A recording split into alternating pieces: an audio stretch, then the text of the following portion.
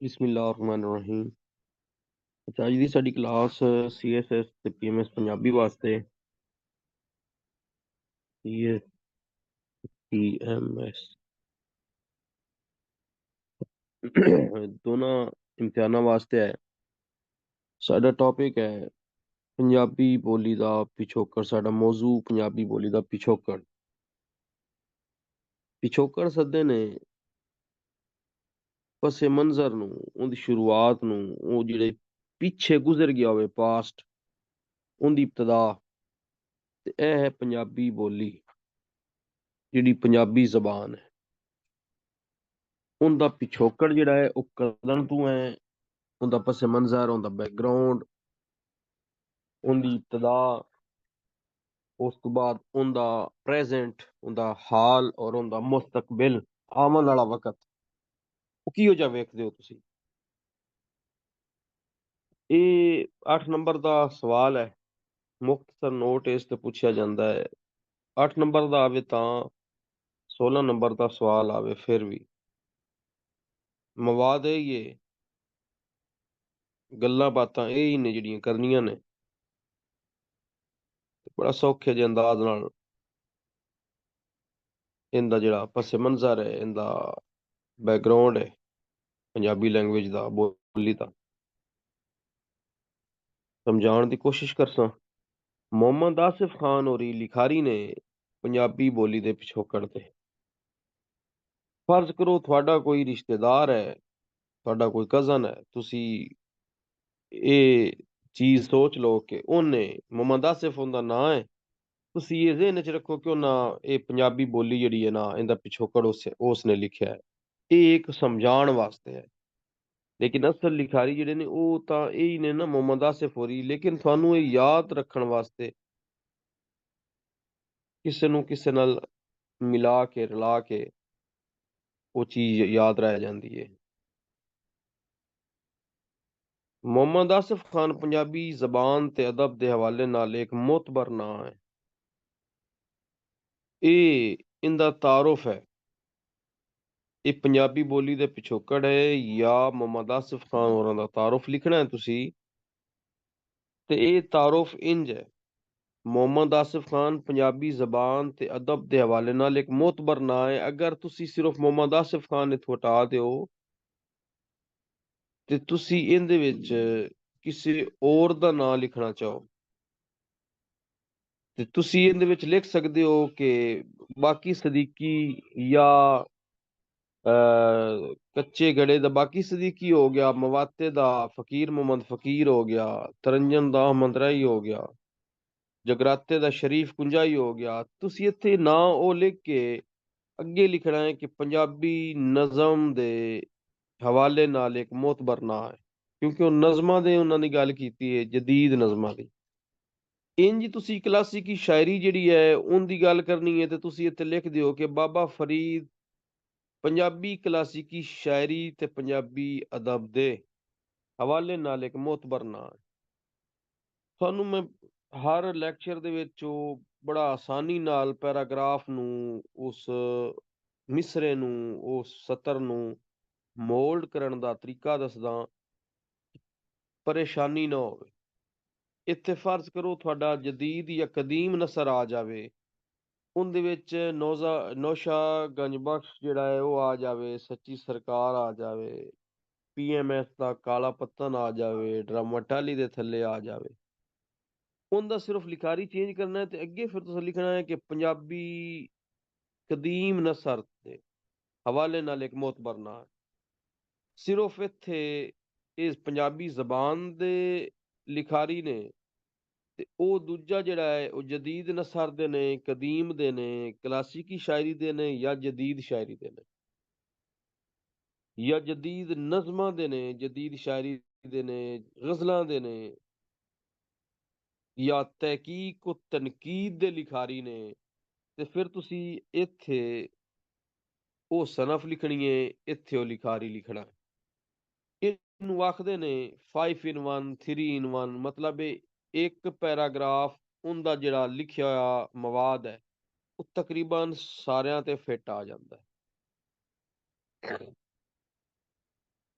ਉਹਨਾਂ ਦੀ ਸ਼ਖਸੀਅਤ ਵਿੱਚ ਕਈ ਖੂਬੀਆਂ ਸ਼ਾਮਿਲ ਨੇ। ਹੁਣ ਵੇਖੋ ਨਾ, ਤਕਰੀਬਨ ਜਿਹੜੇ ਲਿਖਾਰੀ ਨੇ, ਇਹ ਜਿਹੜਾ ਮੈਂ ਪੈਰਾਗ੍ਰਾਫ ਬਣਾਇਆ ਹੈ ਨਾ, ਇਹ ਹਰ ਲਿਖਾਰੀ ਦੇ ਤਾਰਫ ਦੇ ਵਿੱਚ ਤਕਰੀਬਨ ਫਿੱਟ ਆ ਜਾਂਦਾ ਹੈ।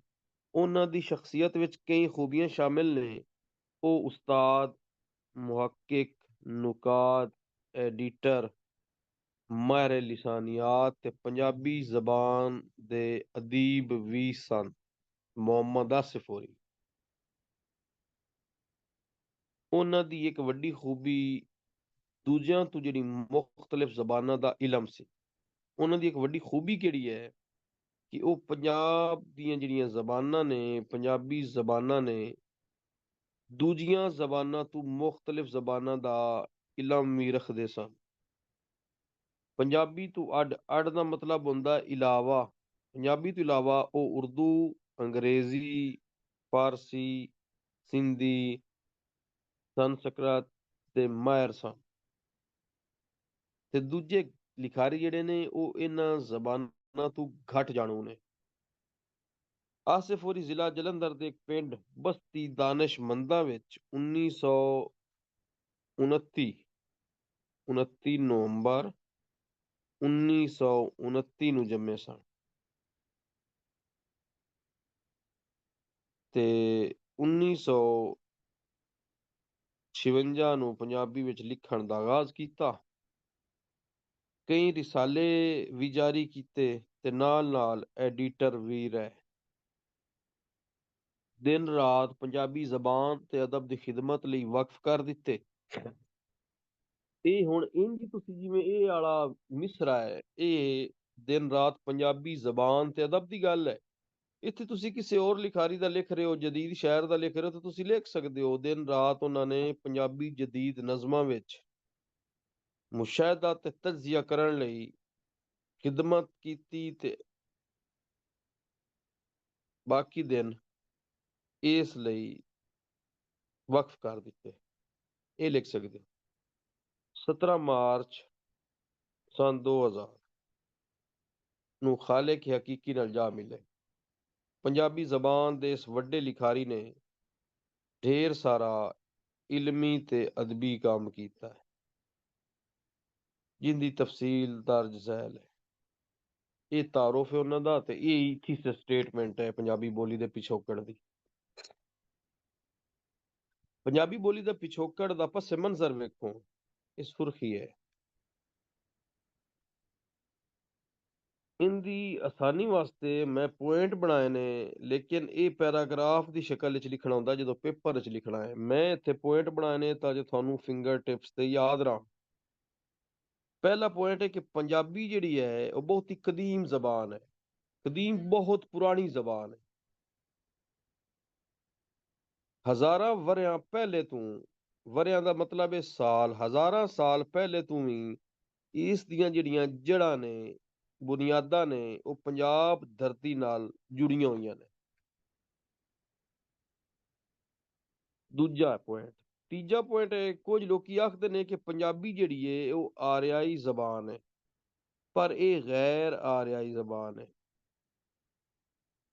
ਆਰਿਆਈ ਦੀ ਆਮਦ ਤੋਂ ਪਹਿਲਾਂ, ਜਦੋਂ ਇਹ ਆਰਿਆਈ ਆਏ ਕਬੀਲਾ ਇੱਕਾ, ਇਹ ਪੰਜਾਬ ਵਿੱਚ ਆਉਣ ਤੋਂ ਪਹਿਲਾਂ ਇਹ ਜਿਹੜੀ ਪੰਜਾਬ ਧਰਤੀ ਹੈ ਇਸ ਦੇ ਉੱਤੇ ਲੋਕ ਆਬਾਦ ਸਨ, ਤੇ ਇਸ ਦੀ ਜਿਹੜੀ ਸਕਾਫਤ ਹੈ ਪੰਜਾਬ ਦੀ, ਉਹ ਚੋਟੀ ਤੇ ਅਪੜੀ ਹੋਈ ਸੀ, ਬੜੀ ਟੀਸ਼ੀ ਤੇ ਅਪੜੀ ਹੋਈ ਸੀ।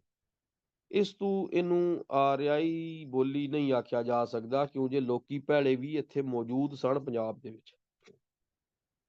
ਇਸ ਕਿਤਾਬ ਵਿੱਚ ਆਸਿਫ ਹੋਰਾਂ ਨੇ ਸਾਬਿਤ ਕੀਤਾ ਹੈ, ਜਿਹੜੀ ਇਹ ਕਿਤਾਬ ਹੈ ਪੰਜਾਬੀ ਬੋਲੀ ਦਾ ਪਿਛੋਕੜ, ਕਿ ਪੰਜਾਬੀ ਇੱਕ ਕਦੀਮ ਤੇ ਗੈਰ ਆਰਿਆਈ ਜ਼ਬਾਨ ਹੈ। ਤੁਸੀਂ ਹੁਣ ਇਹਦੇ ਵਿੱਚ ਸਵਾਲ ਹੀ ਇੰਜ ਆ ਜਾਂਦਾ ਹੈ ਕਿ ਪੰਜਾਬੀ ਇੱਕ ਕਦੀਮ ਤੇ ਗੈਰ ਆਰਿਆਈ ਜ਼ਬਾਨ ਹੈ ਬਕੌਲ ਮੁਹੰਮਦ ਆਸਿਫ ਹੋਰਾਂ ਦੇ। ਤੁਸੀਂ ਇਸ ਤੇ ਭਰਵੀਂ ਗੱਲ ਕਰੋ ਜਾਂ ਇਸ ਤੇ ਭਰਵਾਂ ਨੋਟ ਲਿਖੋ, ਜਾਂ ਤੁਸੀਂ ਇਸ ਗੱਲ ਨਾਲ ਇਤਫਾਕ ਕਰਦੇ ਹੋ ਜਾਂ ਨਹੀਂ। ਇਹ ਸਵਾਲ ਇੰਜ ਪੁੱਛਿਆ ਜਾ ਸਕਦਾ ਹੈ ਬਿਲਕੁਲ, ਤੁਸੀਂ ਇਹ ਲਿਖੋ ਕਿ ਪੰਜਾਬੀ ਤਾਂ ਜਿਹੜੀ ਹੈ ਬਹੁਤ ਕਦੀਮ ਜ਼ਬਾਨ ਹੈ, ਤੇ ਪੰਜਾਬ ਦੇ ਵਿੱਚ ਹਜ਼ਾਰਾਂ ਵਰ੍ਹੇ ਪਹਿਲੇ ਤੋਂ ਇਹਦੀਆਂ ਜਿਹੜਾ ਪੰਜਾਬ ਧਰਤੀ ਨਾਲ ਮਿਲਦੀਆਂ ਜੁਲਦੀਆਂ ਨੇ ਤੇ ਬੋਲੀ ਜਾਂਦੀ ਸੀ। ਤੇ ਕੁਝ ਲੋਕੀ ਆਖਦੇ ਨੇ ਕਿ ਪੰਜਾਬੀ ਜਿਹੜੀ ਇਹ ਆਰਿਆਈ ਜ਼ਬਾਨ ਹੈ, ਪਰ ਅਸੀਂ ਆਖਦੇ ਹਾਂ ਕਿ ਪੰਜਾਬੀ ਗੈਰ ਆਰਿਆਈ ਜ਼ਬਾਨ ਹੈ। ਅਸੀਂ ਇਹਦਾ ਸਬੂਤ ਦਿੰਦੇ ਹਾਂ, ਅਸੀਂ ਸਾਬਿਤ ਕਰਦੇ ਹਾਂ ਕਿ ਆਰੀਆ ਜਿਹੜਾ ਕਬੀਲਾ ਉਸ ਤੋਂ ਪਹਿਲੇ ਵੀ ਪੰਜਾਬ ਧਰਤੀ ਤੇ ਲੋਕੀ ਮੌਜੂਦ ਸਨ, ਔਰ ਇਹ ਬੋਲੀ ਬੋਲੀ ਜਾਂਦੀ ਸੀ, ਔਰ ਪੰਜਾਬ ਦੀ ਸਕਾਫਤ ਜਿਹੜੀ ਹੈ ਉਹ ਟਿਸ਼ੀ ਤੇ ਅਪੜੀ ਹੋਈ ਸੀ। ਤੇ ਆਸਿਫ ਉਰੀ ਵੀ ਜਿਹੜੇ ਨੇ ਉਹਨਾਂ ਸਾਬਿਤ ਕੀਤਾ ਹੈ ਕਿ ਕਦੀਮ ਜ਼ਬਾਨ ਹੈ ਇਹ ਗੈਰ ਆਰਿਆਈ ਜ਼ਬਾਨ। ਪੰਜਾਬੀ ਬੋਲੀ ਦਾ ਪਿਛੋਕੜ ਤੇ ਇਸ ਦਾ ਪਸ ਮੰਜ਼ਰ ਉਦੋਂ ਵੀ ਸੀ ਜਦੋਂ ਦਰਾਵੜ ਤੇ ਆਰਿਆਈ ਇੱਥੇ ਨਹੀਂ ਆਏ ਸਨ। ਇਹ ਦਰਾਵੜ ਕਬੀਲਾ, ਮੰਡਾ ਕਬੀਲਾ, ਆਰਿਆਈ ਕਬੀਲਾ, ਇਹ ਸਾਰੇ ਕਬੀਲੇ ਸਨ। ਇਹ ਆਉਂਦੇ ਗਏ, ਹਮਲਾਵਰ ਹੁੰਦੇ ਗਏ, ਜ਼ਬਾਨ ਬੋਲਦੇ ਗਏ। ਬਹਰਹਾਲ ਪੰਜਾਬੀ ਇਹਨਾਂ ਤੋਂ ਵੀ ਪਹਿਲੇ ਦੀ ਮੌਜੂਦ ਸੀ ਸਾਡੇ ਪੰਜਾਬ ਵਿੱਚ।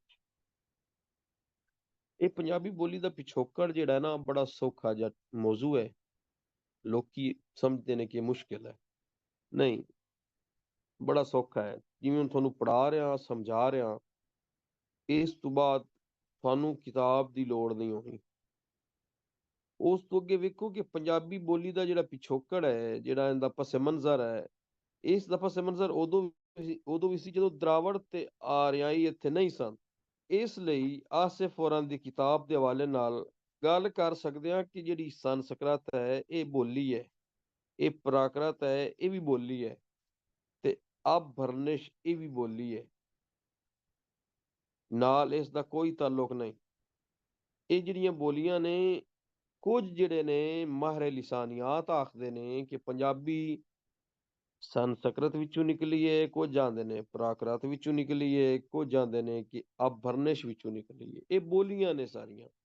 ਬਹਰਹਾਲ ਆਸਿਫ ਹੋਰੀ ਆਖਦੇ ਨੇ ਕਿ ਇਹ ਜਿਹੜੀ ਹੈ ਪੰਜਾਬੀ ਬੋਲੀ, ਇਹਦਾ ਇਹਨਾਂ ਜ਼ਬਾਨਾਂ ਨਾਲ ਕੋਈ ਤਾਲੁਕ ਹੀ ਨਹੀਂ।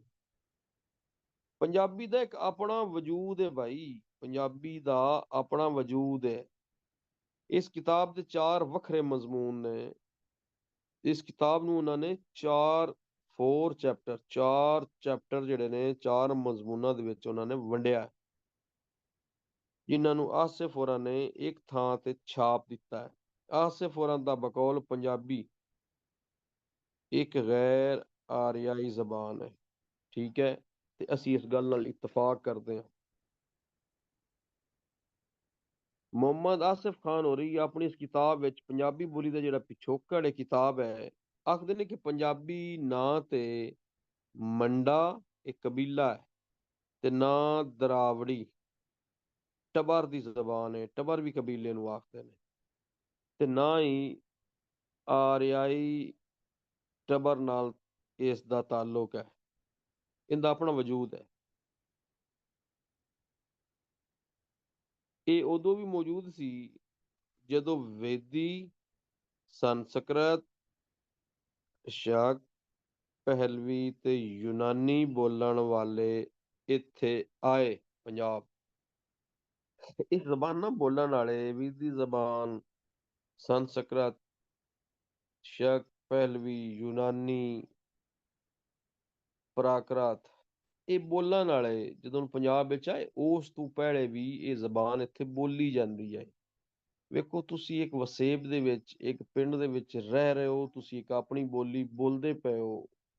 ਤੁਹਾਡੇ ਪਿੰਡ ਦੇ ਵਿੱਚ ਮਹਿਮਾਨ ਆ ਜਾਵਣ, ਕੋਈ ਹਮਲਾਵਰ ਆ ਜਾਵੇ, ਜਾਂ ਕੋਈ ਕੌਮ ਗੈਰ ਆਬਾਦ, ਬਾਹਰ ਦੀ ਕੌਮ, ਉਹ ਇੱਥੇ ਆ ਕੇ ਆਬਾਦ ਹੋ ਜਾਵੇ, ਤੇ 50 ਸਾਲ ਤੋਂ ਬਾਅਦ, 100 ਸਾਲ ਤੋਂ ਬਾਅਦ ਲਿਖਣ ਵਾਲਾ ਇਹ ਲਿਖੇ ਕਿ ਫਲਾਣੇ ਪਿੰਡ ਦੇ ਵਿੱਚ ਇਹ ਜ਼ਬਾਨਾਂ ਜਿਹੜੀਆਂ ਨਾ ਇਹ ਬੋਲੀਆਂ ਜਾਂਦੀਆਂ ਸਨ, ਤੇ ਉਹਨਾਂ ਦੀ ਜਿਹੜੀ ਆਪਣੀ ਮਕਾਮੀ ਜ਼ਬਾਨ ਆਈ ਉਹ ਇਹਨਾਂ ਦੇ ਵਿੱਚੋਂ ਨਿਕਲੀ ਹੈ, ਉਹਦਾ ਕੋਈ ਵਜੂਦ ਹੀ ਕੋਈ ਨਹੀਂ।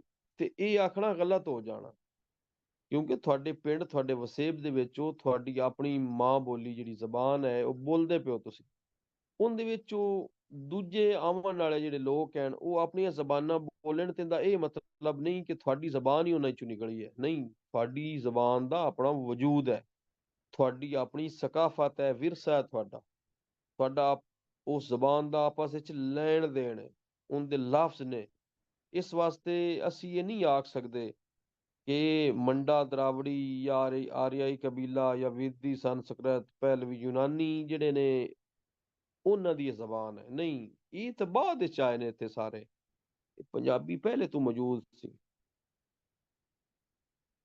ਆਸਿਫ ਹੁਸੈਨ ਹੋਰੀ ਆਖਦੇ ਨੇ, ਮੁਹੰਮਦ ਆਸਿਫ ਹੋਰੀ, ਕਿ ਇਹ ਜਿਹੜਾ ਪੰਜਾਬੀ ਜ਼ਬਾਨ ਹੈ ਇਹ ਉਦੋਂ ਵੀ ਇੱਥੇ ਮੌਜੂਦ ਸੀ ਜਦੋਂ ਅਰਬੀ ਬੋਲਣ ਵਾਲੇ, ਫਾਰਸੀ ਬੋਲਣ ਵਾਲੇ, ਅੰਗਰੇਜ਼ੀ ਬੋਲਣ ਵਾਲੇ ਤੇ ਉਰਦੂ ਬੋਲਣ ਵਾਲੇ ਇੱਥੇ ਆਏ ਪੰਜਾਬ ਵਿੱਚ। ਇਹ ਉਦੋਂ ਵੀ ਮੌਜੂਦ ਸੀ। ਮੁੜ ਆਸਿਫ ਹੋਰੀ ਆਖਦੇ ਨੇ ਕਿ ਕੁਝ ਜਿਹੜੀ ਲਫ਼ਜ਼ਾਲੀ ਹੈ, ਇਹ ਜਿਹੜੇ ਲਫ਼ਜ਼ ਹੁੰਦੇ ਨੇ ਇਹਨਾਂ ਦੀ ਸਾਂਝਾਂ ਪਾਰੂ, ਸਾਂਝ ਮਤਲਬ ਇਹਨਾਂ ਦਾ ਇਕੱਠ ਜਿਹੜਾ ਹੈ ਲਫ਼ਜ਼ਾਂ ਦਾ, ਇੱਕ ਦੂਜੀ ਜ਼ਬਾਨ ਤੋਂ ਲਫ਼ਜ਼ ਉਧਾਰ ਲੈ ਦਿੱਤੇ ਜਾਂਦੇ ਨੇ, ਮਿਲਦੇ ਜੁਲਦੇ ਹੁੰਦੇ ਨੇ ਲਫ਼ਜ਼। ਇਸ ਨੂੰ ਕਿਸੇ ਲਿਸਾਨੀ ਟਬਰ ਨਾਲ ਜੋੜਨਾ ਬਿਲਕੁਲ ਗਲਤ ਤੇ ਬੇਬੁਨਿਆਦ ਗੱਲ ਹੈ। ਵੇਖੋ, ਅਗਰ ਕੁਝ ਅਜੇ ਲਫ਼ਜ਼ ਨੇ ਜਿਹੜੇ ਇੱਕ ਬੋਲੀ ਦੇ ਵਿੱਚ ਨਹੀਂ ਹੁੰਦੇ ਤੇ ਉਹ ਦੂਜੀ ਬੋਲੀ ਤੋਂ ਬੰਦਾ ਮੰਗਵੇਂ ਲੈ ਲੈਂਦਾ ਹੈ, ਉਧਾਰ ਲੈ ਲੈਂਦਾ ਹੈ। ਇਸ ਦਾ ਮਤਲਬ ਇਹ ਨਹੀਂ ਕਿ ਉਹ ਫਿਰ ਬੋਲੀ ਜਿਹੜੀ ਹੈ ਉਹ ਹੀ ਸਾਰੀ ਉਹ ਹੈ, ਉਹਦਾ ਹੀ ਸਾਰਾ ਅਸਰ ਹੈ। ਨਹੀਂ, ਮੰਗਵੇਂ ਲਫ਼ਜ਼, ਉਧਾਰੇ ਲਫ਼ਜ਼ ਜ਼ਰੂਰ ਪੰਜਾਬੀ ਦੇ ਵਿੱਚ ਕੁਝ ਦੂਜੀਆਂ ਬੋਲੀਆਂ ਤੋਂ ਆਏ ਨੇ, ਜਿਵੇਂ ਫਾਰਸੀ, ਅਰਬੀ, ਅੰਗਰੇਜ਼ੀ ਜਾਂ ਉਰਦੂ ਹੋ ਸੀ, ਸੰਸਕ੍ਰਿਤ ਹੋ ਸੀ, ਪ੍ਰਾਕ੍ਰਿਤ ਹੋ ਸੀ, ਅਬਰਨਿਸ਼ ਹੋ ਸੀ।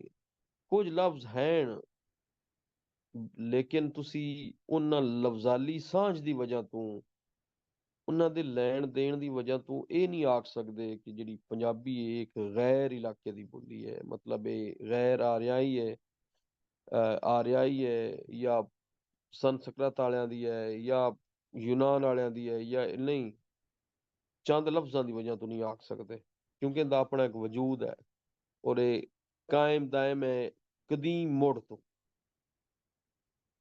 ਇਸ ਵਾਸਤੇ ਇਹਨੂੰ ਕਿਸੇ ਲਿਸਾਨੀ ਟੱਬਰ ਨਾਲ ਜੋੜਨਾ ਬਿਲਕੁਲ ਗਲਤ ਤੇ ਬੇਬੁਨਿਆਦ ਹੈ। ਲਿਸਾਨੀ ਟੱਬਰ ਜਿਹੜੇ ਨੇ, ਜਿਹੜੇ ਦੂਜੇ ਤੁਹਾਨੂੰ ਮੈਂ ਸਾਰੇ ਦੱਸੇ ਨੇ ਉਹ ਜ਼ਬਾਨਾਂ, ਲੇਕਿਨ ਇਹਦਾ ਤਾਂ ਆਪਣਾ ਟੱਬਰ ਹੈ। ਪੰਜਾਬੀ ਬੋਲੀ ਦਾ ਆਪਣਾ ਇੱਕ ਖਾਨਦਾਨ ਹੈ, ਜਿੰਦਾ ਆਪਣਾ ਇੱਕ ਸ਼ਨਾਖਤ ਹੈ, ਆਪਣਾ ਇੱਕ ਵਜੂਦ ਹੈ। ਹੁਣ ਵੇਖੋ ਨਾ, ਇਸ ਕਿਤਾਬ ਦੀਆਂ ਕੁਝ ਫਨੀ ਖੂਬੀਆਂ ਇਹ ਨੇ ਕਿ ਮੁਹੰਮਦ ਆਸਿਫ ਹੋਰਾਂ ਨੇ ਪੰਜਾਬੀ ਜ਼ਬਾਨ ਨੂੰ ਇੱਕ ਬੁਲੰਦ ਮਕਾਮ, ਮਰਤਬਾ, ਤਸ਼ੱਖੁਸ ਤੇ ਪਹਿਚਾਣ ਦਾ ਹੱਕ ਅਦਾ ਕੀਤਾ ਹੈ। ਇਸ ਕਿਤਾਬ ਨੂੰ ਉਹਨਾਂ ਨੇ 4 ਲਿਸਾਨੀਆਤੀ ਤਹਿਕੀਕੀ ਮਜ਼ਮੂਨਾਂ ਦਾ ਮਜਮੂਆ ਕਰਾਰ ਦਿੱਤਾ ਹੈ। ਉਹਨਾਂ ਨੇ ਮੁਤਾਲਿਆ ਤੇ ਮੁਸ਼ਾਹਦਾ ਕੀਤਾ ਹੈ ਦੂਜੇ ਲੋਕਾਂ ਦੀਆਂ ਕਿਤਾਬਾਂ ਦਾ ਵੀ। ਫਿਰ ਉਹਨਾਂ ਨੇ ਕਿਤਾਬ ਲਿਖੀ ਹੈ। ਲਿਸਾਨੀਆਤ ਦੀਆਂ ਦੂਜੀਆਂ ਕਿਤਾਬਾਂ ਬਾਰੇ ਵੀ ਉਹਨਾਂ ਨੇ ਗੱਲਬਾਤ ਕੀਤੀ ਹੈ, ਤਹਿਕੀਕ ਕੀਤੀ ਹੈ, ਮੁਸ਼ਾਹਦਾ ਕੀਤਾ ਹੈ, ਰਿਸਰਚ ਕੀਤੀ ਹੈ, ਇਹ ਤੇ ਫਿਰ ਆਪਣੀ ਕਿਤਾਬ ਮੁਰਤਬ ਕੀਤੀ ਹੈ। ਐਵੇਂ ਕਿਤਾਬ ਮੁਰਤਬ ਨਹੀਂ ਹੁੰਦੀ, ਪਹਿਲੇ ਦੂਜੀਆਂ ਕਿਤਾਬਾਂ ਜਿਹੜੀਆਂ ਆਉਂਦੀਆਂ ਨੇ ਉਹਨਾਂ ਦਾ ਵੀ ਬਗੌਰ ਮੁਤਾਲਿਆ ਕੀਤਾ ਜਾਂਦਾ। ਫਿਰ ਉਹਨਾਂ ਦੇ ਵਿੱਚ ਜਿਹੜੀ ਕਮੀ ਬੇਸ਼ੀ ਹੁੰਦੀ ਹੈ, ਕਮੀਆਂ ਕੁਤਾਹੀਆਂ ਗਲਤੀਆਂ ਹੁੰਦੀਆਂ ਨੇ, ਲਿਖਾਰੀ ਉਹ ਵੇਖਦਾ ਹੈ ਕਿ ਮੈਂ ਆਪਣੀ ਕਿਤਾਬ ਨੂੰ ਮਜ਼ੀਦ ਦਿਲਚਸਪ ਤੇ ਖੂਬਸੂਰਤ ਬਣਾਉਣ ਲਈ ਉਹਦੇ ਵਿੱਚ ਕਿਹੜੀਆਂ ਚੀਜ਼ਾਂ ਨੇ ਜਿਨ੍ਹਾਂ ਦਾ ਇਜ਼ਾਫਾ ਕਰਾਂ, ਜਿਹੜੀਆਂ ਪਹਿਲੇ ਨਹੀਂ ਹੋ ਚੁੱਕੀਆਂ। ਇਸ ਕਿਤਾਬ ਵਿੱਚ ਤਫਸੀਲੀ ਬਹਿਸ ਕਰਕੇ ਪੰਜਾਬੀ ਜ਼ਬਾਨ ਨੂੰ ਕਦੀਮ ਤੇ ਗੈਰ ਆਰਿਆਈ ਸਾਬਿਤ ਕੀਤਾ ਹੈ ਆਸਿਫ ਹੋਰਾਂ ਨੇ। ਹਮਲਾਵਰ ਕੌਮਾਂ ਤੋਂ ਪਹਿਲਾਂ ਇਸ ਧਰਤੀ ਦਾ ਤਹਿਜ਼ੀਬੋ ਤਮੱਦਨ ਤੇ ਸਕਾਫਤ ਅਰੂਜ ਤੇ ਸੀ। ਜਦੋਂ ਇੱਥੇ ਪੰਜਾਬ ਤੇ ਹਮਲਾਵਰ ਹੋਏ, ਉਹਨਾਂ ਕੌਮਾਂ ਤੋਂ ਪਹਿਲਾਂ ਇਸ ਧਰਤੀ ਜਿਹੜੀ ਹੈ, ਕਿਹੜੀ ਧਰਤੀ? ਪੰਜਾਬ ਧਰਤੀ। ਇਹਦੀ ਜਿਹੜਾ ਤਹਿਜ਼ੀਬੋ ਤਮੱਦਨ ਹੈ ਤੇ ਇਹਦੀ ਜਿਹੜੀ ਸਕਾਫਤ ਹੈ, ਇਹਦਾ ਕਲਚਰ ਹੈ, ਸਿਵਲਾਈਜੇਸ਼ਨ ਹੈ, ਇਹ ਆਪਣੇ ਅਰੂਜ ਤੇ ਸੀ। ਤੇ ਆਸਿਫ ਹੋਰਾਂ ਨੇ ਜਿਹੜੇ ਪੁਰਾਣੇ ਨਜ਼ਰੀਆਤ ਨੇ ਉਹਨਾਂ ਨੂੰ ਝੁਠਲਾ ਦਿੱਤਾ ਹੈ। ਉਹਨਾਂ ਨੇ ਆਪਣੇ ਮੰਤਕੀ ਦਲਾਇਲ ਦਿੱਤੇ ਨੇ, ਲੌਜੀਕਲ ਆਰਗੂਮੈਂਟ ਦਿੱਤੇ ਨੇ ਕਿ ਪੰਜਾਬੀ ਦਾ ਆਪਣਾ ਵਜੂਦ ਹੈ, ਇਹ ਕਿਸੇ ਬੋਲੀ ਚੋਂ ਨਹੀਂ ਨਿਕਲੇ। ਕਿਤਾਬ ਦੀ ਵੱਡੀ ਖੂਬੀ ਹੈ ਕਿ ਲਿਖਾਰੀ ਨੇ ਪਹਿਲਾਂ ਦੇ ਖੋਜਾਂ ਨੂੰ ਸਾਹਮਣੇ ਰੱਖ ਕੇ ਤਕਾਬਲੀ ਤਹਿਕੀਕ ਦਾ ਢੰਗ ਅਖਤਿਆਰ ਕੀਤਾ ਹੈ। ਤਕਾਬਲੀ ਤਹਿਕੀਕ ਹੁੰਦੀ ਹੈ 3-4 ਕਿਤਾਬਾਂ 5 ਕਿਤਾਬਾਂ ਪੜ੍ਹ ਕੇ ਰਿਸਰਚ ਕਰਕੇ ਉਹਨਾਂ ਦਾ ਮਵਾਜ਼ਨਾ ਕੀਤਾ ਜਾਵੇ ਤੇ ਫਿਰ ਜਿਹੜਾ ਖੋਜ ਹੈ ਐਕਸਪਲੋਰ ਕੀਤਾ ਹੈ ਉਹਨੂੰ, ਉਹਨਾਂ ਨੂੰ ਸਾਹਮਣੇ ਰੱਖ ਕੇ ਕਿਤਾਬਾਂ ਨੂੰ ਫਿਰ ਆਪਣੀ ਕਿਤਾਬ ਮੁਰਤਬ ਕੀਤੀ ਹੈ ਤੇ ਇਹ ਢੰਗ ਅਖਤਿਆਰ ਕੀਤਾ। ਇਸ ਪਾਰੂ ਇਹ ਕਿਤਾਬ ਦੀ ਵੱਡੀ ਖੂਬੀ ਹੈ ਕਿ ਇਹਨੂੰ ਪਜ਼ੀਰਾਈ ਹਾਸਿਲ ਹੋਈ ਹੈ। ਕਿਤਾਬ ਦੀ ਹੋਰ ਇੱਕ ਵੱਡੀ ਖੂਬੀ ਇਹ ਹੈ ਕਿ ਇਸ ਦਾ ਜਿਹੜਾ ਅਸਲੂਬ ਹੈ ਉਹ ਸਿੱਧਾ ਸਾਦਾ ਤੇ ਇਹਦੀ ਜਿਹੜਾ ਜ਼ਬਾਨੋ ਬਿਆਨ ਹੈ ਉਹ ਬੜੀ ਦਿਲਚਸਪ ਹੈ, ਸੌਖੀ ਜੀ ਜ਼ਬਾਨ ਹੈ। ਇਹ ਇਹਦੀਆਂ ਖੂਬੀਆਂ ਨੇ, ਇਹ ਲਿਖਾਰੀ ਦੀਆਂ ਵੀ ਖੂਬੀਆਂ ਨੇ ਤੇ ਕਿਤਾਬ ਦੀਆਂ ਵੀ ਖੂਬੀਆਂ ਨੇ। ਅੱਗੇ ਆ ਜਾਂਦਾ ਹੈ, ਸਵਾਲ ਪੁੱਛਿਆ ਜਾ ਸਕਦਾ ਹੈ ਪੰਜਾਬੀ ਬੋਲੀ ਦਾ ਪਿਛੋਕੜ ਦਾ ਵੇਰਵਾ ਕਰੋ, ਇਹਦਾ ਤਜਜ਼ੀਆ ਕਰੋ ਜਾਂ ਇਹਦਾ ਤਨਕੀਦੀ ਜਾਇਜ਼ਾ ਲਓ। ਹੁਣ ਇਹਦਾ ਵੇਖੋ ਤਨਕੀਦੀ ਜਾਇਜ਼ਾ ਤਜਜ਼ੀਆ ਜਾਂ ਵੇਰਵਾ ਇਹ ਹੀ ਹੈ। ਪਹਿਲੇ ਤਾਂ ਤੁਸੀਂ ਇਹ ਵਾਲਾ ਜਿਹੜਾ ਤੁਹਾਨੂੰ ਦੱਸਿਆ ਹੈ ਇਹ ਤਾਰੁਫ, ਇਹ ਸਟੇਟਮੈਂਟ ਹੈ। ਉਸ ਤੋਂ ਬਾਅਦ ਇਹਦਾ ਪਸ ਮੰਜ਼ਰ ਹੈ। ਇਹ ਫਨੀ ਖੂਬੀਆਂ ਵੀ ਕਿਤਾਬ ਦੀਆਂ ਵਿੱਚ ਤੁਸੀਂ ਲਿਖ ਸਕਦੇ ਹੋ ਹੁੰਦੇ। ਹੁਣ ਵੇਰਵਾ ਤੁਸੀਂ ਕਰਨਾ ਹੈ, ਵੇਰਵਾ ਸੱਦੇ ਨੇ ਵੰਡ ਨੂੰ, ਤਕਸੀਮ ਨੂੰ, ਵੇਰਵਾ। ਹੁਣ ਤਕਸੀਮ ਕੀ ਹੈ, ਇਸ ਕਿਤਾਬ ਦੇ ਚਾਰ ਜਿਹੜੇ ਨੇ ਉਹ ਵੱਖੋ ਵੱਖ ਜਿਹੜੇ ਨੇ, ਵੱਖੋ ਵੱਖ ਆਖਦੇ ਨੇ ਅਲੱਗ ਅਲੱਗ। ਇਹ ਹੁੰਦੇ ਨੇ ਮਜ਼ਾਮੀਨ ਜਿਨ੍ਹਾਂ ਦੇ ਸਿਰਨਾਵੇਂ ਜਿਹੜੇ ਨੇ, ਜਿਨ੍ਹਾਂ ਦੇ ਟਾਈਟਲ ਹੈ ਥੱਲੇ ਦਰਜ ਨੇ। ਇਹ ਵੰਡ ਹੈ, ਚਾਰ ਮਜ਼ਾਮੀਨ ਨੇ, ਇਹਨਾਂ ਦੀ ਵੰਡ ਕਰੀਏ ਤੇ ਵੰਡ ਇਹਨਾਂ ਦੀ ਇਹ ਹੈ। ਇਹ ਪਹਿਲਾ ਇੱਕ ਹੈ ਭਰੇ ਭੰਡਾਰ, ਪਹਿਲਾ ਮਜ਼ਮੂਨ। ਦੂਜਾ ਹੈ ਪੰਗਰੇਵਾਂ। ਤੀਜਾ ਹੈ ਪੰਜਾਬੀ ਬੋਲੀ ਦਾ ਪਿਛੋਕੜ, ਇਹ ਮਰਕਜ਼ੀ ਮਜ਼ਮੂਨ ਹੈ। ਤੇ ਚੌਥਾ ਮਜ਼ਮੂਨ ਹੈ ਪੰਜਾਬੀ ਜ਼ਬਾਨ ਕੇ ਇਜਜ਼ਾਏ ਤਰਕੀਬੀ। ਇਹ ਹੁਣ ਅਸੀਂ ਇਹਦਾ ਵੇਰਵਾ ਕਰ ਲਿਆ, ਵੰਡ ਕਰ ਲਈ ਇਸ ਕਿਤਾਬ ਦੀ। ਭਰੇ ਭਿੰਡਾਰ ਕਿਹਨੂੰ ਆਖਦੇ ਨੇ? ਭਰੇ ਹੁੰਦੇ ਨੇ ਜਿਹੜਾ ਫੁੱਲ ਹੋਵੇ, ਭਿੰਡਾਰ ਹੁੰਦਾ ਹੈ ਮਜਮਾ ਜਾਂ ਇੱਕ ਇਸ ਐਸੀ ਜਗ੍ਹਾ ਹੋਵੇ ਜਿੰਦੇ ਵਿੱਚ ਸਾਰੀਆਂ ਚੀਜ਼ਾਂ ਦਾ ਮਜਮੂਆ ਹੋਵੇ। ਕੋਈ ਇਮਾਰਤ ਹੋ ਸਕਦੀ ਹੈ, ਕੋਈ ਵਿਹੜਾ ਹੋ ਸਕਦਾ ਹੈ, ਕਿਤਾਬ ਦੇ ਸਫ਼ੇ ਹੋ ਸਕਦੇ ਨੇ, ਕੋਈ ਮਹਿਫਲ ਹੋ ਸਕਦੀ ਹੈ। ਭਰੇ ਭਿੰਡਾਰ ਉਹ ਕੋਈ ਐਸੀ ਸ਼ੈ ਹੈ ਜਿਹੜੀ ਫੁੱਲ ਹੋਵੇ, ਫੁੱਲ ਆਫ ਨॉलेज ਹੋਵੇ, ਫੁੱਲ ਆਫ ਕੰਟੈਂਟ ਹੋਵੇ, ਫੁੱਲ ਆਫ, ਅੱਗੇ ਤੁਸੀਂ ਕੋਈ ਵੀ ਵਰਡ ਲਾਓ ਉਹਨੂੰ ਸੱਦੇ ਨੇ ਭਰੇ ਭਿੰਡਾਰ। ਪੰਗਰੇਵਾਂ ਸੱਦੇ ਨੇ ਨਸ਼ੋ ਨੁਮਾ ਨੂੰ, ਨਸ਼ੋ ਨੁਮਾ ਨੂੰ, ਫੈਲਣਾ ਫੂਲਣਾ, ਫੈਲਣਾ ਫੂਲਣਾ, ਤਰੱਕੀ ਕਰਨਾ, ਪੰਗਰੇਵਾਂ ਉਹਨੂੰ ਸੱਦੇ ਨੇ। ਪੰਗਰਨਾ ਪੰਜਾਬੀ ਬੋਲੀ ਦਾ ਪਿਛੋਕੜ, ਇਹ ਮਰਕਜ਼ੀ ਹੈ ਮਜ਼ਮੂਨ, ਤੇ ਪੰਜਾਬੀ ਜ਼ਬਾਨ ਕੇ ਇਜਜ਼ਾਏ ਤਰਕੀਬੀ ਕੇ ਬਣਦੀ ਕਿਵੇਂ। ਅੱਛਾ, ਨਾਲ ਨਾਲ ਮੈਂ ਪੁੱਛਦਾ ਵੀ ਹਾਂ, ਇਤਨ ਤਾਈਂ ਸਮਝ ਆ ਗਈ ਹੈ ਤੁਹਾਨੂੰ? Yes sir. क्लियर हो गया है? मतलब ये कोई मुश्किल तो नहीं है कि पंजाबी बोली का पिछोकड़ जो है ये क्या है? नो सर, समझ आ गई।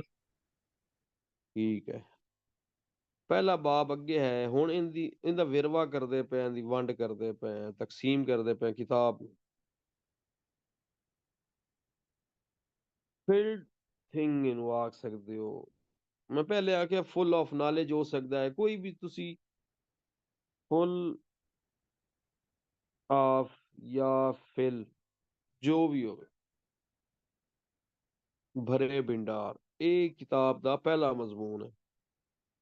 ਭਰੇ ਭੰਡਾਰ ਦਾ ਮਤਲਬ ਹੁੰਦਾ ਹੈ ਜ਼ਖੀਰਾ, ਵੱਧ ਕੋਈ ਚੀਜ਼, ਖਜ਼ਾਨਾ, ਗੁਦਾਮ ਜਾਂ ਕਿਸੇ ਸ਼ੈ ਦਾ ਬਹੁਤੀ ਵੱਡੀ ਮਿਕਦਾਰ ਦੇ ਵਿੱਚ ਇਕੱਠਾ ਹੋ ਜਾਣਾ, ਉਹਨੂੰ ਸੱਦਦੇ ਨੇ ਭਰੇ ਭੰਡਾਰ। ਕੋਈ ਚੀਜ਼ ਭਰੀ ਹੋਣਾ, ਫੁੱਲ ਆਫ ਹੋਣਾ। जैसे इलम ਨਾਲ ਕੋਈ ਭਰਿਆ ਹੋਇਆ ਹੈ, ਸਮੰਦਰ ਹੈ, ਕੋਈ ਤੁਹਾਡਾ ਵਿਹੜਾ ਹੈ ਤੇ ਉਹ ਗੰਦਮ ਨਾਲ ਭਰਿਆ ਹੋਇਆ ਹੈ, ਕੋਈ ਤੁਹਾਡਾ ਕਮਰਾ ਹੈ ਬਰਤਨਾਂ ਨਾਲ ਭਰਿਆ ਹੋਇਆ ਹੈ, ਇਹਨੂੰ ਸੱਦੇ ਨੇ ਭਰਿਆ ਹੋਣਾ, ਬਹੁਤੀ ਮਿਕਦਾਰ ਦੇ ਵਿੱਚ ਇਕੱਠਾ ਕੋਈ ਚੀਜ਼ ਪਈ ਹੋਣਾ, ਭਰੇ ਭੰਡਾਰ। ਪੰਜਾਬੀ ਜ਼ਬਾਨ ਅਮੀਰ ਤਰੀਨ ਜ਼ਬਾਨ ਹੈ, ਇਸ ਕੋਲ ਲਫ਼ਜ਼ਾਂ ਦਾ ਖਜ਼ਾਨਾ ਮੌਜੂਦ ਹੈ, ਇਸ ਵਾਸਤੇ ਇਹਨੂੰ ਸੱਦੇ ਨੇ ਭਰੇ ਭੰਡਾਰ। ਜ਼ਬਾਨ ਬੋਲਣ ਵਾਲੇ ਲੋਕਾਂ ਦੀਆਂ ਜ਼ਰੂਰਤਾਂ ਨੂੰ ਪੂਰਾ ਕਰਦੀ ਹੈ। ਇਸ ਇਸ ਚੈਪਟਰ ਦੇ ਵਿੱਚ ਇਹ ਗੱਲਾਂ ਮੌਜੂਦ ਨੇ।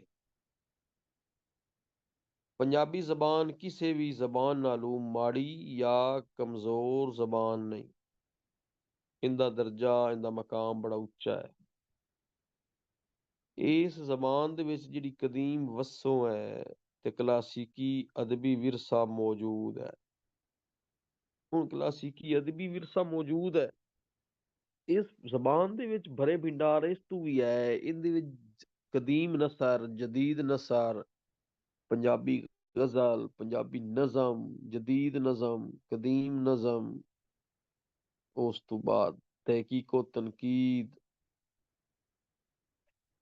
ਡਰਾਮੇ, ਨਾਵਲ, ਇਨਸ਼ਾਈਏ, ਅਦਬ, ਇਹ ਸਾਰੀਆਂ ਚੀਜ਼ਾਂ ਇਸ ਦੇ ਵਿੱਚ ਮੌਜੂਦ ਨੇ। ਇਸ ਵਾਸਤੇ ਨੂੰ ਭਰੇ ਭੰਡਾਰ ਆਖਦੇ ਨੇ। ਪਹਿਲੇ ਮਜ਼ਮੂਨ ਦੀ ਅਖੀਰ ਵਿੱਚ ਪੰਜਾਬੀ ਬੋਲੀ ਦੇ ਸਾਬਕੇ ਤੇ ਲਾਹਕੇ ਬਾਰੇ ਦੱਸਿਆ ਗਿਆ ਹੈ। ਜਿਸ ਜਿਹੜੇ ਉਰਦੂ ਵਿੱਚ ਵੀ ਹੁੰਦੇ ਨੇ ਸਾਬਕੇ ਲਾਹਕੇ। ਦੂਜਾ ਮਜ਼ਮੂਨ ਹੈ ਪੰਗਰੇਵਾਂ, ਉਹਨੂੰ ਸਦਨ ਗਰੋਥ ਨਸ਼ੋ ਨੁਮਾ ਨੂੰ ਪੰਗਰੇਵਾਂ। ਪੰਗਰੇਵਾਂ ਇਸ ਕਿਤਾਬ ਦਾ ਦੂਜਾ ਮਜ਼ਮੂਨ ਹੈ। ਇਹ ਸੁਰਖੀਆਂ ਤੁਸੀਂ ਬਣਾ ਕੇ ਫਿਰ ਤੁਸੀਂ ਲਿਖਣਾ ਹੁੰਦਾ ਹੈ। ਇਹ ਮੈਂ ਪੁਆਇੰਟ ਬਣਾਏ ਨੇ ਸਿਰਫ ਤੁਹਾਨੂੰ ਯਾਦ ਰਵੇ, ਲੇਕਿਨ ਇਹ ਤੁਸੀਂ ਪੁਆਇੰਟ ਨਹੀਂ ਬਣਾਉਣੇ ਵਿੱਚ, ਤੁਸੀਂ ਪੈਰਾਗ੍ਰਾਫ ਲਿਖਣਾ ਹੈ। ਪੰਗਰੇਵਾਂ ਇਸ ਕਿਤਾਬ ਦਾ ਦੂਜਾ ਮਜ਼ਮੂਨ ਹੈ। ਇਸ ਮਜ਼ਮੂਨ ਵਿੱਚ ਸਾਬਿਤ ਕੀਤਾ ਗਿਆ ਹੈ ਕਿ ਜਿਹੜੀ ਸੰਸਕ੍ਰਿਤ ਹੈ ਤੇ ਪੰਜਾਬੀ ਦੀ ਆਪਸ ਵਿੱਚ ਰਿਸ਼ਤੇਦਾਰੀ ਨਹੀਂ। ਪੰਜਾਬੀ ਦਾ ਇੱਕ ਆਪਣਾ ਵਜੂਦ ਹੈ, ਪੰਜਾਬੀ ਦੀ ਇੱਕ ਆਪਣੀ ਸਕਾਫਤ ਹੈ। ਇਹ ਉਦੋਂ ਵੀ ਬੋਲੀ ਜਾਂਦੀ ਸੀ ਜਦੋਂ ਦੂਜੇ ਹਮਲਾਵਰ ਦੂਜੀਆਂ ਕੌਮਾਂ ਦੀ ਆਮਦ ਹੋਈ। ਪੰਜਾਬੀ ਇੱਕ ਵੱਖਰੀ ਤੇ ਕਦੀਮ ਜ਼ਬਾਨ ਹੈ। ਮਾਹਿਰੀਨ ਨੇ ਹੜੱਪਾ, ਸਰਾਇਖੋਲਾ, ਚੋਲਿਸਤਾਨ, ਮੋਹਿੰਜੋਦੜੋ, ਕੋਡੀਜੀ,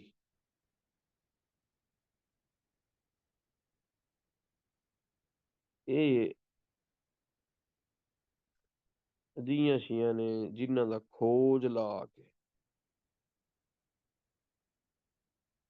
ਇਹ ਖੰਡਰਾਤ ਨੇ, ਬੜੇ ਕਦੀਮ ਪੁਰਾਣੇ, ਹਜ਼ਾਰਾਂ ਸਾਲ ਪੁਰਾਣੇ। ਹੜੱਪਾ, ਸਰਾਇਖੋਲਾ, ਚੋਲਿਸਤਾਨ, ਮੋਹਿੰਜੋਦੜੋ, ਕੋਡੀਜੀ, ਇਹ ਖੰਡਰਿਆਤ ਨੂੰ ਦਰਿਆਫਤ ਕੀਤਾ ਹੈ। ਇਸ ਲਈ ਕੁਝ ਮਾਹਿਰ ਲਿਸਾਨੀਆਤ ਆਖਦੇ ਨੇ ਕਿ ਇਸ ਜ਼ਬਾਨ ਦਾ ਜਿਹੜਾ ਪੰਗਰੇਵਾਂ ਹੈ, ਇਹਦੀ ਜਿਹੜੀ ਨਸ਼ੋ ਨੁਮਾ ਹੈ, ਇਹਦੀ ਜਿਹੜੀ ਗਰੋਥ ਹੈ, ਉਹ ਸੰਸਕ੍ਰਿਤ ਵਿੱਚੋਂ ਹੋਈ ਹੈ। ਤੇ ਮੁਹੰਮਦ ਆਸਿਫ ਖਾਨ ਹੋਰੀ ਜਾਂ ਉਹਨਾਂ ਦੇ ਬਕੌਲ ਇਹ ਸਾਰੀਆਂ ਗੱਲਾਂ ਬੇਬੁਨਿਆਦ ਨੇ। ਸੰਸਕ੍ਰਿਤ ਵਿੱਚੋਂ ਕੋਈ ਗਰੋਥ ਨਹੀਂ ਹੋਈ, ਪੰਜਾਬੀ ਦਾ ਆਪਣਾ ਵਜੂਦ ਹੈ।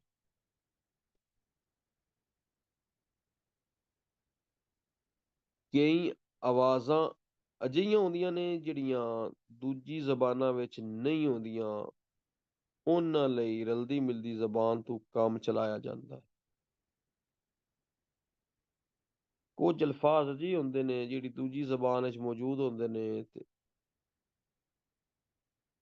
ਉਹ ਅਲਫਾਜ਼ ਉਧਾਰ ਲੈ ਜਾਂਦੇ ਨੇ, ਮੰਗਵੇਂ ਲੈ ਜਾਂਦੇ ਨੇ, ਉਹਨਾਂ ਤੋਂ ਕੰਮ ਚਲਾਇਆ ਜਾਂਦਾ ਹੈ। ਇਹਦਾ ਇਹ ਮਤਲਬ ਨਹੀਂ ਉਹ ਜ਼ਬਾਨ ਦਾ ਪੂਰਾ ਅਸਰ ਹੋਵੇ ਉਹਦੇ ਤੇ, ਦੂਜੀ ਜ਼ਬਾਨ ਤੇ।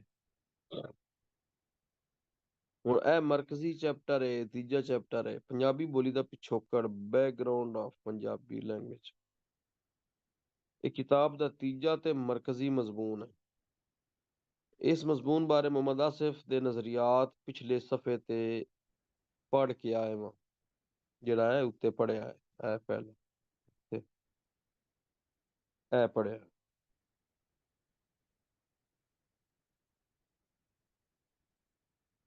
ਇਸ ਮਜ਼ਮੂਨ ਵਿੱਚ ਉਹੀ ਗੱਲ ਕਰਨੀ ਹੈ ਜਿਹੜੀ ਉੱਤੇ ਪੜ੍ਹੀ ਹੈ।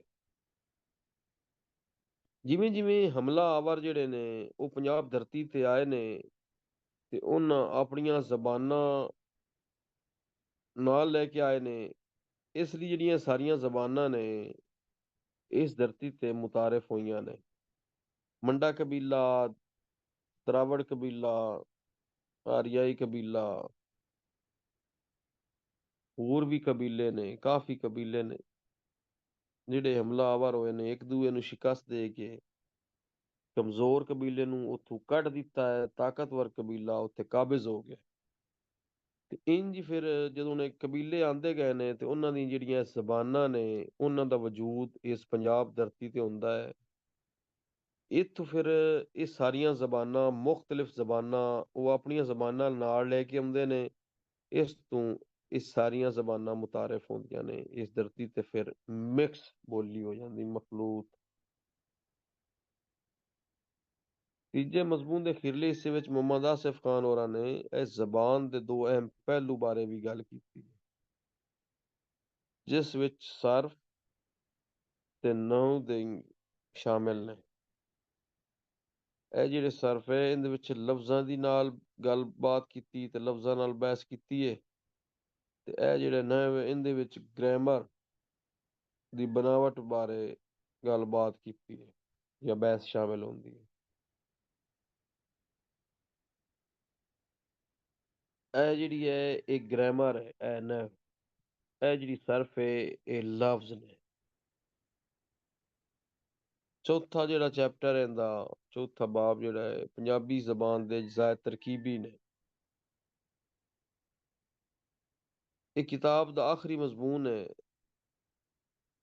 ਇਹ ਉਰਦੂ ਜ਼ਬਾਨ ਦੇ ਵਿੱਚ ਹੈ। ਇਸ ਮਜ਼ਮੂਨ ਵਿੱਚ ਦੂਜੀਆਂ ਜ਼ਬਾਨਾਂ ਨਾਲ ਜਾਇਜ਼ਾ ਲਿਆ ਗਿਆ ਹੈ, ਜਿਨ੍ਹਾਂ ਜ਼ਬਾਨਾਂ ਵਿੱਚ ਮੰਡਾਰੀ, ਦਰਾਵੜੀ, ਪਾਲੀ, ਸੰਸਕ੍ਰਿਤ, ਪਸ਼ਤੋ, ਹਿੰਦੀ ਵਗੈਰਾ ਸ਼ਾਮਿਲ ਨੇ।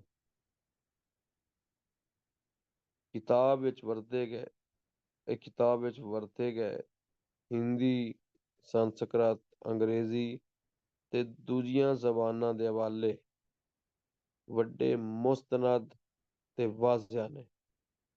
ਇਸ ਪਰ ਮੁਹੰਮਦ ਆਸਿਫ ਦੀ ਤਹਿਕੀਕ ਨੂੰ ਸਨਦ ਦਾ ਦਰਜਾ ਮਿਲਦਾ ਹੈ। ਮੁੱਕਦੀ ਗੱਲ ਇਹ ਹੈ ਵੀ ਜਿਹੜਾ ਇਹ ਲਿਖਾਰੀ ਹੈ ਮੁਹੰਮਦ ਆਸਿਫ ਖਾਨ, ਆਪਣੀ ਪੰਜਾਬੀ ਜ਼ਬਾਨ ਤੇ ਅਦਬ ਨਾਲ ਬਹੁਤਾ ਲਗਾਓ ਰੱਖਦਾ ਸੀ। ਉਹ ਪੰਜਾਬੀ ਜ਼ਬਾਨ ਦੇ ਬੜੇ ਸੱਚੇ ਅਦੀਬ ਤੇ ਤਹਿਕੀਕ ਨਿਗਾਰ ਸਨ।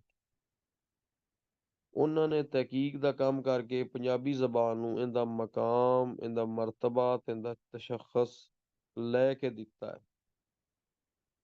ਉਹਨਾਂ ਤੋਂ ਪਹਿਲਾਂ ਵੀ ਖੋਜ ਦਾ ਕੰਮ ਤਾਂ ਹੁੰਦਾ ਰਿਹਾ ਹੈ। ਇਸ ਲਈ ਆਸਿਫ ਹੋਰਾਂ ਨੇ ਉਸ ਖੋਜ ਨੂੰ ਸਾਹਮਣੇ ਰੱਖ ਕੇ, ਉਸ ਰਿਸਰਚ, ਉਸ ਤਹਿਕੀਕ ਨੂੰ ਸਾਹਮਣੇ ਰੱਖ ਕੇ ਆਪਣੀ ਤਕਾਬਲੀ ਤਹਿਕੀਕ ਮਤਲਬ ਹੈ ਮਵਾਜ਼ਨਾ ਕਰਨਾ। ਤਹਿਕੀਕ ਤਾਂ ਹੋ ਰਹੀ ਹੈ।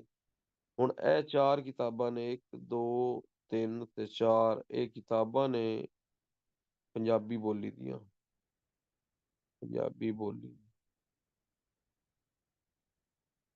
ਇਹ ਲਿਖਾਰੀ ਹੈ ਆਸਿਫ। ਆਸਿਫ ਆਪਣੀ ਕਿਤਾਬ ਲਿਖਣੀ ਹੈ, ਕਿਤਾਬ ਲਿਖਣੀ ਹੈ।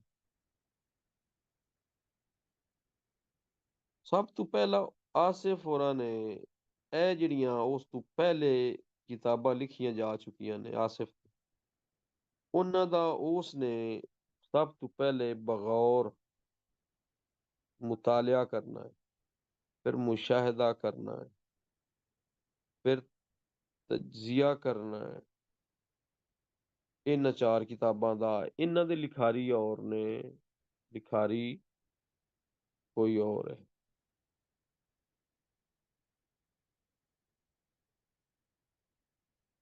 मुतालिया करके, मुशाहिदा करके, तजिया करके इन्हां दे विच जिहड़ियां चीज़ां नहीं, कमी बेशी है, खामियां ने,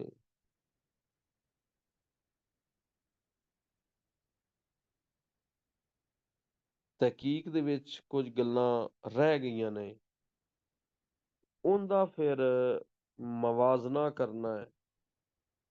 ए आसिफ होरां दी किताब है, ए दूजियां किताबां ने। ਇੱਥੇ ਜਿਹੜੀ ਚੀਜ਼ ਉਹਨੂੰ ਕਮੀ ਬੇਸ਼ੀ ਨਜ਼ਰ ਆਉਣੀ ਹੈ, ਆਸਿਫ ਹੋਰਾਂ ਨੇ ਆਪਣੀ ਕਿਤਾਬ ਦੇ ਵਿੱਚ ਉਸ ਨੂੰ ਹੱਲ ਕਰਨਾ। ਇਹਨੂੰ ਸੱਦੇ ਨੇ ਤਕਾਬਲੀ ਤਹਿਕੀਕ।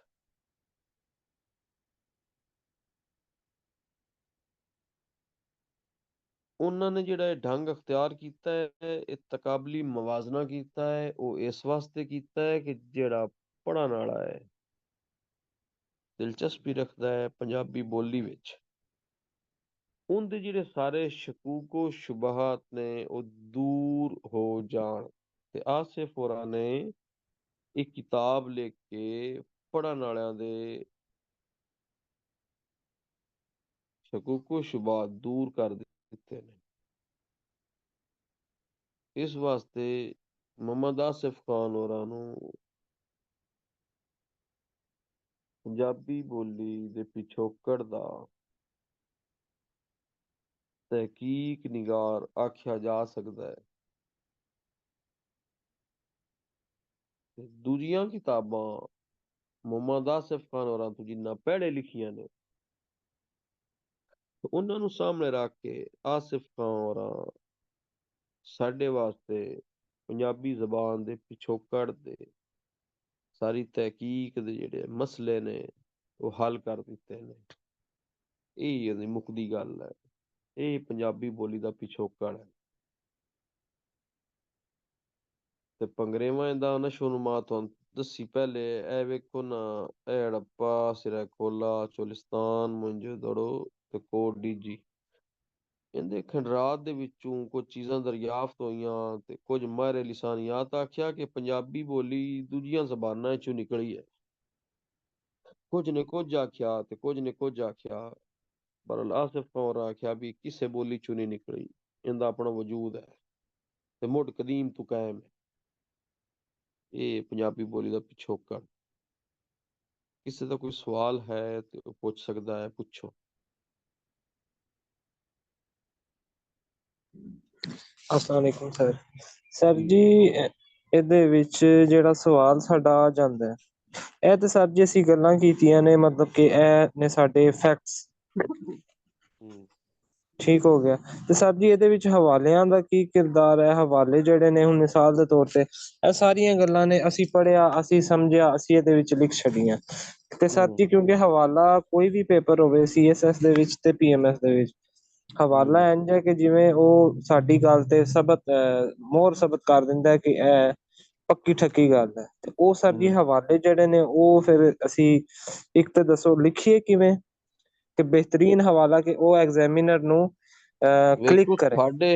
ਤੁਹਾਡੇ ਹਵਾਲੇ ਵੇਖੋ, ਕੁਝ ਐਗਜ਼ਾਮੀਨਰ ਤੁਹਾਡਾ ਓਪੀਨੀਅਨ ਲੈਂਦਾ ਹੈ, ਤੁਹਾਡਾ ਨਜ਼ਰੀਆ ਪੁੱਛਦਾ ਹੈ, ਇਹਦੇ ਵਿੱਚ ਤੁਹਾਡਾ ਨਹੀਂ ਪੁੱਛਦਾ, ਆਸਿਫ ਖਾਨ ਹੋਰਾਂ ਦਾ ਪੁੱਛਦਾ ਹੈ।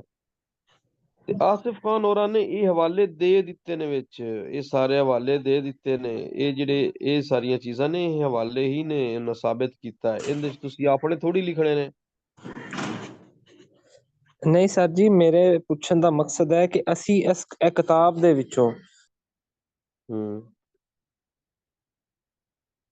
ਅਲਫਾਜ਼ ਬਈ ਵਗੈਰਾ। ਕਿਤਾਬ ਦੇ ਵਿੱਚੋਂ ਇਹ ਹਵਾਲੇ ਦਿੱਤੇ ਤਾਂ ਹੈ ਉਹਨਾਂ ਨੇ, ਹੋਰ ਕਿਵੇਂ ਠੀਕ ਹਵਾਲੇ ਹੈ, ਤੁਹਾਨੂੰ ਦੇਵੇ? ਸਹੀ। ਸਰ ਜੀ ਜਿਵੇਂ ਇਹ ਕੋਟੇਸ਼ਨਾਂ ਹੁੰਦੀਆਂ ਨੇ, ਕੋਟੇਸ਼ਨਾਂ ਓਏ ਹੁੰਦੀਆਂ ਨੇ, ਇਹ ਵੀ ਕੋਟੇਸ਼ਨਾਂ ਵੇਖੋ, ਕੋਟੇਸ਼ਨਾਂ ਇਹ ਹੀ ਨੇ ਨਾ ਕਿ ਮਾਹਿਰੀਨ ਜਿਹੜੇ ਨੇ ਉਹ ਆਖਦੇ ਨੇ ਕਿ ਇਹ ਜਿਹੜਾ ਇਹਦਾ ਭੰਗਰੇਵਾਂ ਇਹਦੀ ਨਸ਼ੋ-ਨੁਮਾ ਜਿਹੜੀ ਪੰਜਾਬੀ ਦੀ ਹੋਈ ਹੈ, ਇਹ ਹੜੱਪਾ, ਸਿਰਾਕੋਲਾ, ਚੋਲਿਸਤਾਨ, ਮੁੰਜਦੋੜੋ ਤੇ ਕੋਟ ਡੀਜੀ ਦੇ ਖੰਡਰਾਤ ਤੋਂ ਹੋਈ ਹੈ। ਠੀਕ ਇਹ ਹੋ ਗਿਆ। ਦਰਿਆਫਤ ਹੋਏ ਨੇ ਤੇ ਇਹਦਾ ਭੰਗਰੇਵਾਂ ਸ਼ੁਰੂ ਹੋਇਆ ਹੈ। ਕੁਝ ਮਾਹਿਰ ਜੀ ਨਿਸ਼ਾਨੀਆਤ ਆਖਦੇ ਨੇ, ਬਹਰਹਾਲ ਇਸ ਜ਼ਬਾਨ ਨੂੰ ਸੰਸਕ੍ਰਿਤ ਵਿੱਚੋਂ ਨਿਕਲਿਆ ਨਹੀਂ ਆਖਿਆ ਜਾ ਸਕਦਾ। ਇਹ ਮੁਹੰਮਦ ਆਸਿਫ ਖਾਨ ਹੋਰੀ ਆਖਦੇ ਨੇ ਕਿ ਇਹ ਜੀ ਗੱਲਾਂ ਬੇਬੁਨਿਆਦ ਨੇ, ਇਹ ਹਵਾਲਾ ਹੀ ਤਾਂ ਹੈ ਹੁੰਦਾ। ਠੀਕ ਹੋ ਗਿਆ ਸਰ ਜੀ। ਮੁਹੰਮਦ ਆਸਿਫ ਖਾਨ ਹੋਰੀ ਆਖਦੇ ਨੇ ਕਿ ਪੰਜਾਬੀ ਜ਼ਬਾਨ ਨੇ ਦੂਜੀਆਂ ਜ਼ਬਾਨਾਂ ਤੋਂ ਕੁਝ ਲਫ਼ਜ਼ ਉਦਾਰੇ ਜ਼ਰੂਰ ਲਏ ਹੋਣੇ ਨੇ, ਪਰ ਹਲੇ ਨੂੰ ਇਹ ਨਹੀਂ ਆਖਿਆ ਜਾ ਸਕਦਾ ਕਿ ਫਿਰ ਉਹਨਾਂ ਜ਼ਬਾਨਾਂ ਦਾ ਪੰਜਾਬੀ ਉੱਤੇ ਪੂਰਾ ਅਸਰ ਹੈ। ਠੀਕ ਜੀ, ਠੀਕ ਹੋ ਗਿਆ ਸਰ। ਸਹੀ। ਹੋਰ ਕੋਈ ਸਵਾਲ?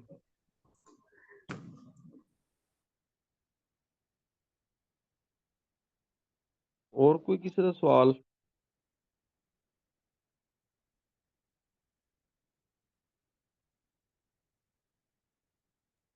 सर ये पीएमएस में 20 नंबर का सवाल आता है ना?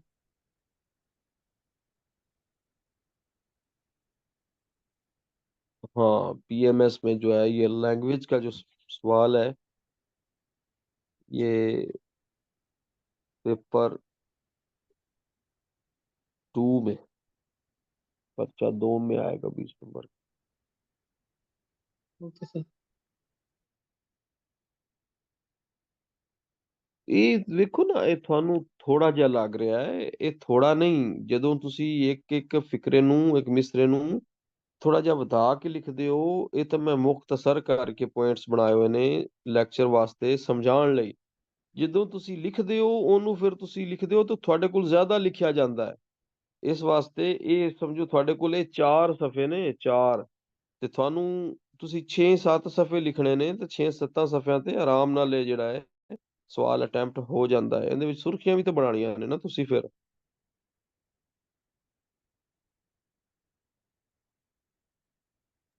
ओके ਹੁਣ सर। ਫਰਜ਼ ਕਰੋ 8 ਨੰਬਰ ਦਾ ਸਵਾਲ ਆ ਜਾਵੇ, 8 ਨੰਬਰ ਦਾ, ਤੇ 8 ਨੰਬਰ ਵਾਸਤੇ ਤੇ 4 ਸਫ਼ੇ ਵੀ ਕਾਫੀ ਨੇ। ਉਹ ਇਹ ਥੋੜਾ ਥੋੜਾ ਕਰਕੇ ਤੁਸੀਂ ਉਹਨੂੰ ਹਰ ਚੀਜ਼ ਦੱਸ ਦਿੱਤੀ ਐਗਜ਼ਾਮੀਨਰ ਨੂੰ ਕਿ ਬਈ ਪੰਜਾਬੀ ਬੋਲੀ ਦਾ ਪਿਛੋਕੜ ਸਾਰੀ ਚੀਜ਼ ਹੈ। 4 ਬਾਬ ਨੇ ਤੇ ਇਹਨਾਂ ਦੀ ਇੰਜ ਵੰਡ ਹੋਈ ਏ। ਇਹ ਤਾਰੁਫ ਆਸਿਫ ਹੋਰਾਂ ਦਾ, ਇਹ ਕਿਤਾਬ ਦੀਆਂ ਖੂਬੀਆਂ ਨੇ, ਤੇ ਇਹ ਕਿਤਾਬ ਦੇ 4 ਚੈਪਟਰ ਨੇ, 4 ਬਾਬ ਨੇ, ਤੇ ਇਹਨਾਂ 4 ਬਾਬਾਂ ਦੇ ਵਿੱਚ ਆਸਿਫ ਹੋਰਾਂ ਨੇ ਇਹ ਗੱਲ ਕੀਤੀ ਹੋਈ ਹੈ ਤੇ ਅਸੀਂ ਇਸ ਨਾਲ ਇਤਫਾਕ ਕਰਦੇ ਹਾਂ।